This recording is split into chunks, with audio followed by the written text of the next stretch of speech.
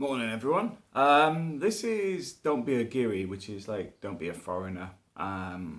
Top things that are like faux pas or things that people shouldn't do when they're in Spain. So it's a top list, but to be honest, I haven't even counted how many things there are because I've just sort of listed things down. Also listened to what other people have mentioned about similar subjects to say, because obviously some of this is regional as well. But anyway, the first one I would say is be culturally sensitive in the sense that things around like the Spanish Civil War, the Franco, and then on the tourism side, you've got things like flamenco dancing and the singing and bullfighting and things. Depending where you are, it could be quite political or stuff that people A, don't want to talk about, or B, some people get a bit funny on the fact that you're discussing Spanish things when you're not Spanish. So I've had this same when I was out in the Philippines. Sometimes some people that are working in a political capacity, like a local councillor or somewhere or something, doesn't really want to talk to you about issues within their country. So bear that in mind. A lot of people don't like it. And it can cut conversations quite short if you drop onto those. The other thing is holidays could be quite different. So I've put holidays as number 2. Because New Year, you find the party sort of starts after midnight. But for me, that's been quite normal anyway, because I was in the Philippines for 8 years. But even from Scotland, we didn't normally do anything till after midnight either. But with Spain, nothing really gets going till afterwards. All the restaurants and sort of stuff are closed. It's a family affair. It's more about spend time with your family, bringing in a new year with your family. So that's one of the ones. New Year is a little bit different. The other one is Christmas. Christmas isn't really celebrated in the same way it is in other places, Northern Europe, shall we call it. They celebrate Three Kings here, which is normally later in the year. I think it's the start of January. I can't remember if it's the 7th. But the thing with Three Kings is when they do the presents and all that sort of stuff, rather than Christmas. You'll find that Christmas not a lot really happens, but it's Three Kings. It's like Christmas. Yeah, because they celebrate more of the presents being given to the king, given to the baby Jesus stuff. So that's more a bigger thing than the actual Christmas event. So bear that in mind. That's a little bit different. You might get all excited and think you're going to celebrate Christmas and find you're the only person in the area doing it, because there's a sort of like delayed till Three Kings. What else have we got? Yeah, one of the things I will say though is be aware, depending where you live, these things can make a difference or not. For example, in Torrevieja, it's about nearly 50% foreigner. So at New Year, you will get fireworks and stuff going off, but you may not get that in other areas.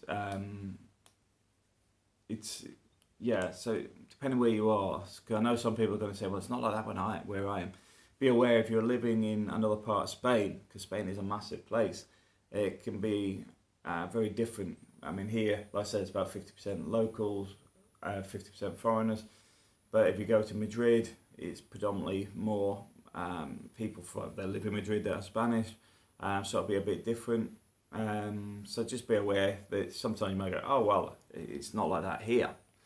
Because it can be the fact that you're in a tourist area. Yeah. One of the key ones as well is learn some Spanish. Spanish often will understand English, but choose not to speak it. Now, I've seen this myself a few times. One of the places here is with the Salud, the local clinic, because when I go up and speak bad Spanish, they'll then speak it to me in English because I speak in Spanish to the point of irritation, so they then speak better English, and as such, they're alright with it. You go in there and start speaking to them in English and expect them to respond in English, they will tell you to go get a translator. So don't assume that because people don't speak English that they literally don't. It's often they don't want to. It's the same as in the UK. You'll get people complain, why are these people speaking in their own language? Why are these people, why don't they speak English then? Guess what? You get the same in Spain. People asking, why aren't you speaking Spanish? So that's another important one. But the other thing with that is, if you don't make the assumption they don't know what you're saying. So when you're going, this idiot here, or the bloody, what do you call it? Doing the paperwork here is a nightmare. It's all bureaucratic nonsense, blah, blah, blah. They can understand what you're saying. But even worse, in a restaurant, you might have something done to your food because of whatever you're saying. But yeah, just be realistic. You know, at the end of the day, a lot of this stuff is exactly the same as you get anywhere else in the world. So although you're not happy with doing it, and like renewing a driving license or something is a bit of drudgery that in the UK you can do online now, it doesn't mean if you had to go into the what would be a DVLA office, it wouldn't be a pain in the backside in the same way it would be in Spain. It'd be exactly the same, just a different language. So bear that in mind. Just be aware it's the world over. Just be polite. Dress code's quite funny as well, because I find Spanish dress up a lot more than foreigners do, because you'll find a lot of foreigners will dress down because they're on holiday, while Spanish will dress up. And sometimes you're wondering why. You know, an example of that is in the winter. It could be 20 degrees, but because it's winter, you'll see the Spanish with their winter coats and everything on, yet it's still good weather for a lot of people from Northern Europe. So bear in mind, that's one of the things that stands out where you can spot a foreigner, is quite simply the way they dress. Spanish seem to make a lot of effort on dressing up. It seems to be also, if they're going shopping, they dress up to go shopping and things like that, where we may not make the same effort. But also bear in mind that, you know, if you're wearing shorts and things, you'll notice it's very Spanish go out of the way to look smart a lot of the time. I mean, I see it going to the beach, because we're predominantly Spaniards that are here, and they dress like they're even going to the beach. It's all like new shorts, new shirts, and shirt, and look like they're going doing a photo shoot from a catalogue for swimming clothing. They do seem to dress up for everything. So that's one of the things. I'm not saying go out and spend a new wardrobe every month or whatever, but it's one of those things to be aware of, like socks and sandals don't really cut it, or wearing shorts all the time. They generally make a bit more of an effort. And I say gauge it by the people around you. You know, if you want to look and fit in a bit more, just gauge it by the people around you. You know, it's not me going, oh, you have to do this. It's up to you. I mean, this is the thing. It's just, if you don't want to stand out, it is worth looking at what they're doing, what they dress like, and do you look similar, or do you look like a tourist on holiday? Yeah, so dress code can be an interesting one. Spanish eat out later as well, or eat in later. Normally after 9 p.m, Spanish start eating. So the point being is, you can go at like 5 o'clock and you might find the restaurants empty, depending where you are. Because like I said, if you're here on the coast, it's got a lot of foreigners. But Spaniards generally go after 9 p.m, sometimes later, and they eat out more than they eat in, because culturally you're more likely to meet people in a bar or restaurant than bring them back to your house in Spain. It's just the way things are, and it's why, you know, having tapas and that's quite a common thing, because I assume it's more a case of when you're meeting up, just have a little snack, have a drink, then move on somewhere else. It's just one of those things. But yeah, people do generally meet up at a restaurant or a bar rather than coming back to the house. It's just, they do spend a lot of money on food and drink in Spain. Somebody was asking this morning, why is there so many bars for sale? It depends where you are. If you ask me why so many bars for sale on the coast, it's because the tourism has changed, along with the fact is people spend less these days on drinking and stuff. I mean, generally, if you want to go up to a place like Benidorm, you'll get binge drinking. Here in La Mata, don't really see it. It's mainly food-led here, so that's probably one of the reasons. But also, you've got the tourism has changed over the years. So there was excess bars and excess amount of money to be made. Was it tied to the peseta changing to the euro and stuff? Possibly, yes. Because speaking to some of the bar owners I know from like the 90s, they seem to be doing quite well back then. I'm not assuming they make the same sort of money they would do today. And I also find that the rents on properties, bars and restaurants are a bit horrendous. But maybe somebody else can fill in some of that gap for us. So after 9 p.m. Also, in a restaurant, people aren't in a rush. It's not like you sit down and they're waiting. Although we have got a friend who's notorious for doing it. She hovers when she does the table service. In Spain, there is no rush on eating. And I mean, in the Philippines, 3 hours at a meal table is normal as well. But what you have to do if you're wanting to go, because they may not ask you if you want the bill, because they may be waiting to see if you want a coffee or something after a dessert or something. They are not going to constantly hound you unless you prompt them to. So you go La Cuenta. La Cuenta is basically for the bill, the check. But also gets me onto the next subject quite well, is you don't always have to say please and thank you. Spaniards often don't, but they'll say something endearing like uncle or something that compensates for it. But so you wouldn't have to say la cuenta por favor, which is the bill please. But often I do anyway. I don't think there's anything wrong with overusing politeness. So I know it's a bit of a faux pas, but I use please and thank you quite a lot anyway. You know, a lot more than the average person, because I find people appreciate it. So although you're not supposed to use it as much as I do, I don't see an issue in doing it. But yeah, you know, la cuenta por favor, and you know, like when you're asking where's the toilet, where's this, you know, sort of please and thank yous. There's nothing wrong with doing it, although it does make you stand out. But if you wanted to tone it down a bit, just listen to the people around you. When you're sitting in a restaurant, what do they say? Pick up what Spaniards say, and that's the easiest way of getting it to fit in with the locals. Is quite simply learn what they're doing. The other one is drink sangria. Who drinks sangria? Now, sangria as a drink is probably one of the few that you can get in the supermarket in big bottles that are plastic. I'm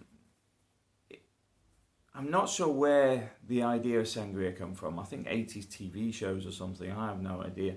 But it's a cheap. Is it fortified? I'm not even sure if it's a fortified wine, but it's just cheap alcohol. There's a lot of decent alcohol that's cheap. But yeah, drinking sangria makes you stand out, that sort of thing. Because I mean, even with wine, Spain is becoming more of a beer nation than wine these days as well. And I know France is as well, because I remember I was watching a thing about the problems around the wine production a few years back, because quite simply the French aren't drinking as much wine. And I assume Spain's got a similar thing. It's moving with trends, so they drink more beer. But yeah, sangria is not top of the list. Also, a lot of the food and stuff is regional. So you'll get paella from Valencia. And if you're in Valencia, it's worth eating paella. But it doesn't mean eat paella or paella everywhere you go, because there's different things in different regions. One of the things I do recommend is getting a little guidebook or getting online with Mr. Google and searching the areas for what they've got. because different areas have different foods and different cultures. So like flamenco dancing is, I think it's Andalusia, but you only really see it on the coast here for things like the bars and restaurants that are doing the exhibitions for tourists, because that's what they expect in Spain. But different regions have different things, and if you're going there, go prepared, because you may miss something that you regret later. So I do recommend doing a bit of research on the areas, what they're famous for. Some are famous for wine, some are famous for tinned food. But at the same time, you've got to know before you go, because you've got to find where to get it from. There's some fantastic food and drink around Spain. It's one of the things that I think I may actually try and cover more myself, because I don't think people really go into it too much. I mean, I think Floyd was probably one of the few people that actually gets into his food and drink in a big way, but you don't really see too much on it. But maybe somebody's got some suggestions as well, because like I said, if you're going to a certain area, try it.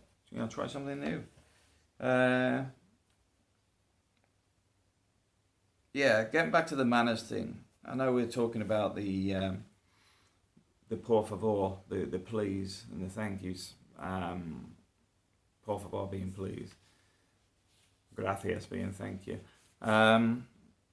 But they're not always used. And one of the things that often over gets used is usted. Usted is for, I would say, only people of a peer situation, like a doctor of mathematics, or your teacher.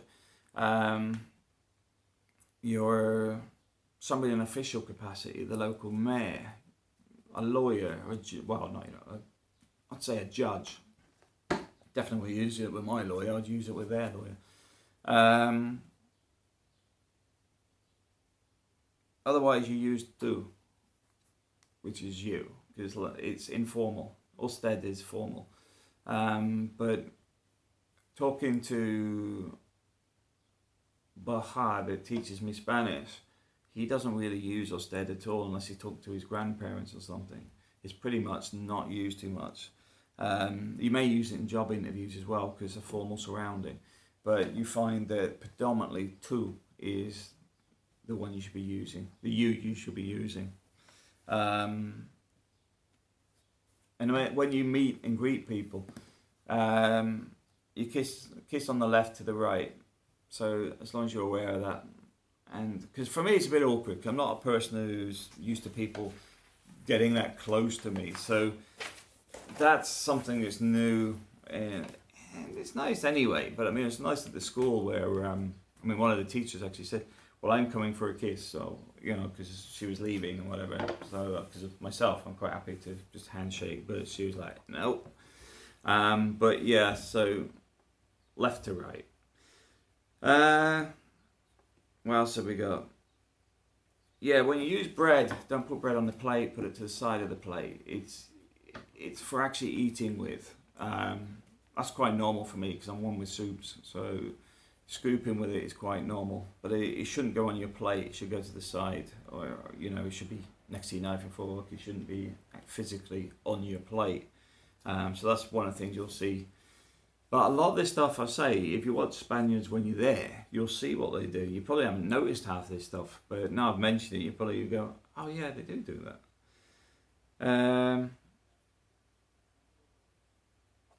Yeah, don't keep your hands under the table.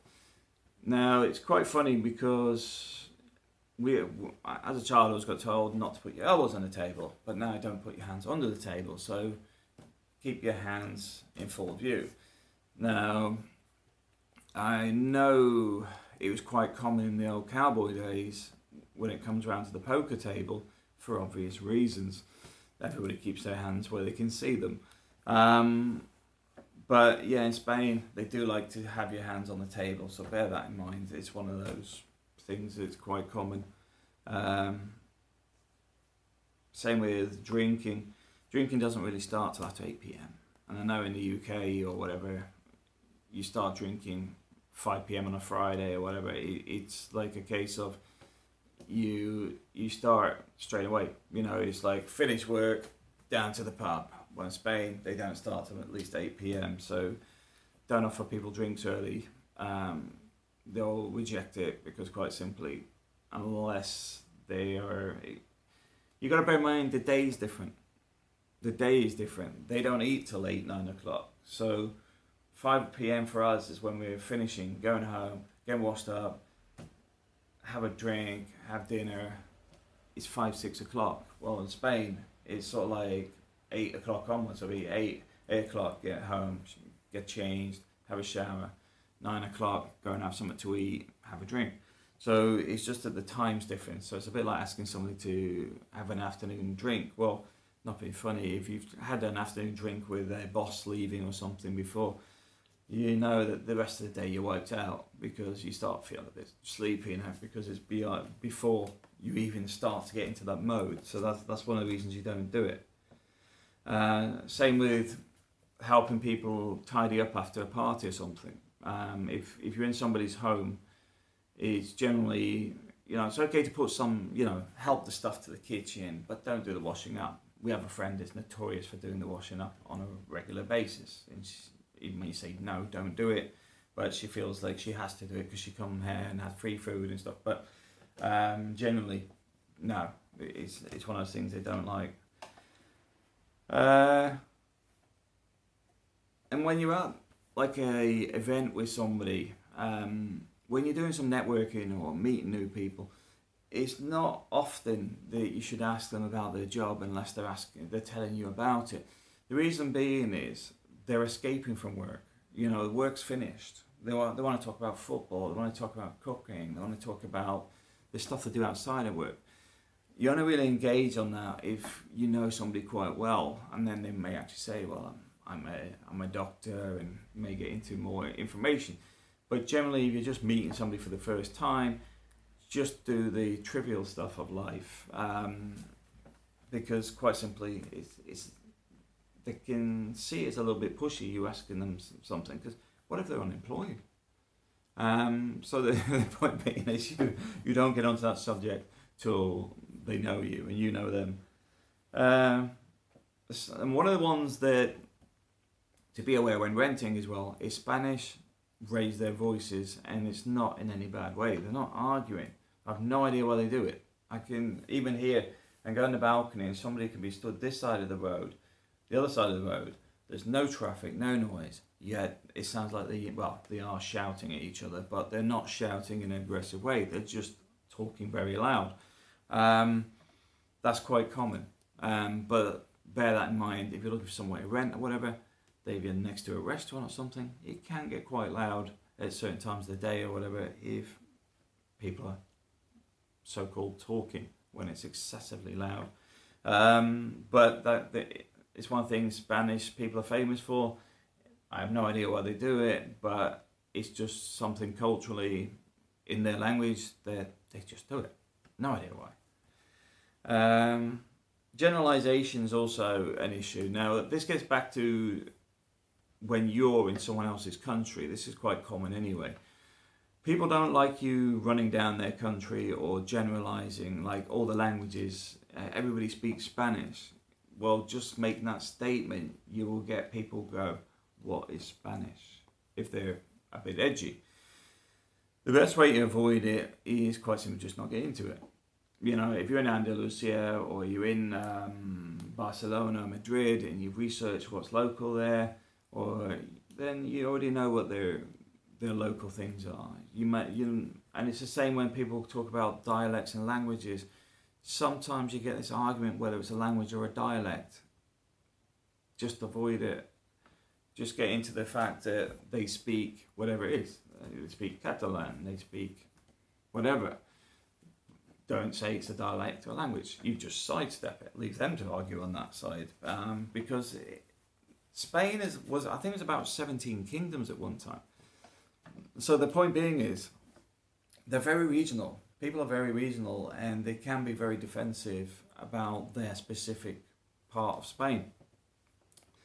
So you've got to take that on board. That people can get quite defensive, especially if you start generalising everybody eats paella. Or another one that somebody's brought up on the channel is Spain's very arid. No, it's not. Depends where you go. It's a very varied country. When you go to Madrid, surrounded by mountains, gets a lot of rainfall. You go to the north of Spain, you go skiing, you got the mountains up there. There is a lot of greenery when you start going inwards. There's a lot of diverse things going on in Spain, but it's climate stuff because it's a big country. So don't assume it's all the same, and that's where generalisation oversteps its bounds, especially if somebody makes it a statement because it's incorrect. There's a lot of history in Spain. There's a lot of demographics and things. It's very different. It's very regional. Different things going on, and the way people speak, what they eat, what they drink, types of buildings. There's a lot of different things around Spain. That's what I say I want to do a bit more on that because I do find it quite interesting myself. But the words they'll use things, co-languages as a shared language. Personally, I just avoid getting into it at all. I just call it whatever it is, like Catalan. That's it. Don't get into what it is. I'm not a specialist in languages, and I know even if I knew what I was talking about relating to the different ones, there will still be people argue with me because they have a personal reason or they've been told something, or just leave it as that. Just keep it simple. Yeah, and I think that's pretty much all the things. I can't think of anything else that really stands out. Spaniards are pretty laid back most of the time once they know you.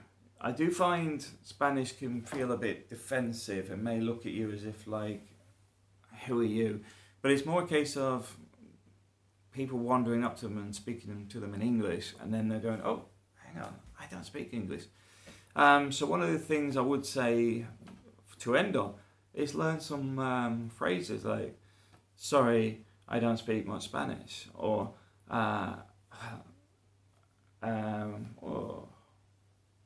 secure as hell. So, there's certain phrases that worth researching. I suppose I could put a video out on there. Like, can you please help me? Donde, where? So where is the museum or something like that? And even if it's broken Spanish, it's something. But walking up to somebody and going, excuse me, do you know where the museum is? And you're assuming they understand what you say. No, and this is why I think some people look standoffish. But it's like most of the people here. There's a lot of older people here. Always like hola, you make an effort, buenas, and they talk to you because you speak to them in Spanish. But if I didn't, they wouldn't even acknowledge I was there because they avoid trying to speak to you because obviously it's a tourist area. But I do find once you know Spanish, they're pretty good. They're friendly, good people. Obviously, somebody's going to go, oh yeah, but there's bad people in Spain as well. Of course there's bad people everywhere, but I'm just talking from the people I engage with. The majority of people are pretty good. In fact, I've never had anybody I'd actually say, oh, I wish I'd never spoken to them. That hasn't happened. Could it happen in a major city, which is more likely to have something like that? Possibly. But anyway, thanks for watching.